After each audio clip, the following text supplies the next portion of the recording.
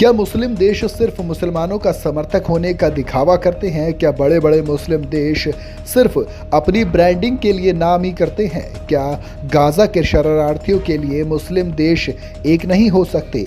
और क्यों गाज़ा के शरणार्थियों की एंट्री से मुस्लिम देशों को इनकार कर रहे हैं? आखिर ये करेंगे इनकार तो कौन बनेगा इस बदनसीब आवाम का खिदमतकार? गाज़ा के शरणार्थियों को एंट्री देने से अब मुस्लिम देश भी इनकार करने लगे हैं।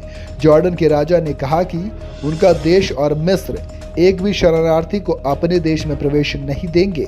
उन्होंने गाज़ा के लोगों को दूसरे देशों में धकेलने को लेकर भी चेतावनी दे दी है। गाज़ा में इस वक्त लोग एक बड़ी संख्या में दूसरे देश जाना चाहते हैं क्योंकि वहां पर हालात बद से बदतर होते चले जा रहे हैं। गाज़ा में इजराइल के हमले और उत्तरी इलाके को खाली करने के आदेश के बाद गाज़ा में हाहाकार मचा हुआ है।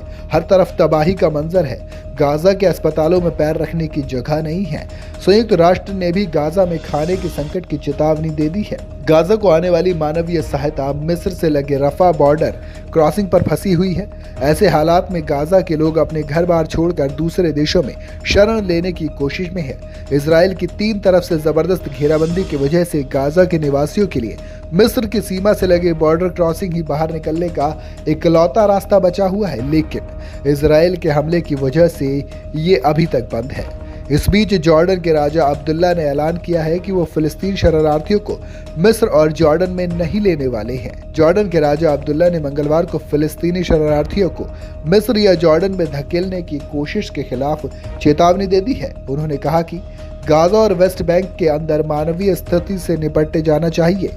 जर्मनी की यात्रा पर पहुंची किंग अब्दुल्ला ने बर्लिन में जर्मन चांसलर ओलाफ स्कोल्स के साथ बैठक के बाद कहा कि ये एक लाल रेखा है, क्योंकि मुझे लगता है कि ये कुछ सामान्य संदिग्धों द्वारा जमीनी स्तर पर वास्तविक मुद्दे पैदा करने की योजना है। जॉर्डन में कोई शरणार्थी नहीं, मिस्र में कोई शरणार्थी नहीं है। जॉर्डन के राजा के ऐलान के बाद गाज़ा के शरणार्थियों के भविष्य पर संकट मंडराने लगा है। कोई भी यूरोपीय देश गाज़ा के शरणार्थियों को लेने को तैयार नहीं है। मध्य पूर्व के देश भी सिर्फ मुंह से ही फिलिस्तीनी हितों को साधने को लेकर बयानबाजी कर रहे हैं, यानी कि नाम के लिए समर्थन कर रहे हैं, सपोर्ट में बयान भी खूब दे रहे हैं। गाज़ा के इस हालात का जिम्मेदार हमास के आका देश भी शरणार्थियों की समस्या पर चुप्पी साधे बैठे हैं। ईरान, कतर और तुर्की की तरफ से फिलिस्तीनी शरणार्थियों को स्वीकारने को लेकर अभी तक एक शब्द भी सुनाई नहीं दिया गया है।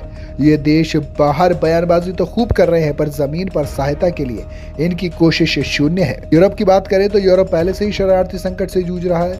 ऐसे में कोई भी यूरोपीय देश और ज्यादा शरणार्थियों को लेने को तैयार नहीं है। हर दिन सैकड़ों की संख्या में शरणार्थियों का झुंड यूरोप की सीमा में दाखिल हो रहा है। इटली ने हजारों शरणार्थियों को अपनी सीमा के अंदर घुसने से रोकने के लिए बड़ी संख्या में पुलिस की तैनाती की है। यूरोप में घुसने वाले शरणार्थियों में सबसे ज्यादा संख्या अफ्रीका, मध्य पूर्व और दक्षिण एशिया के लोगों की होती है।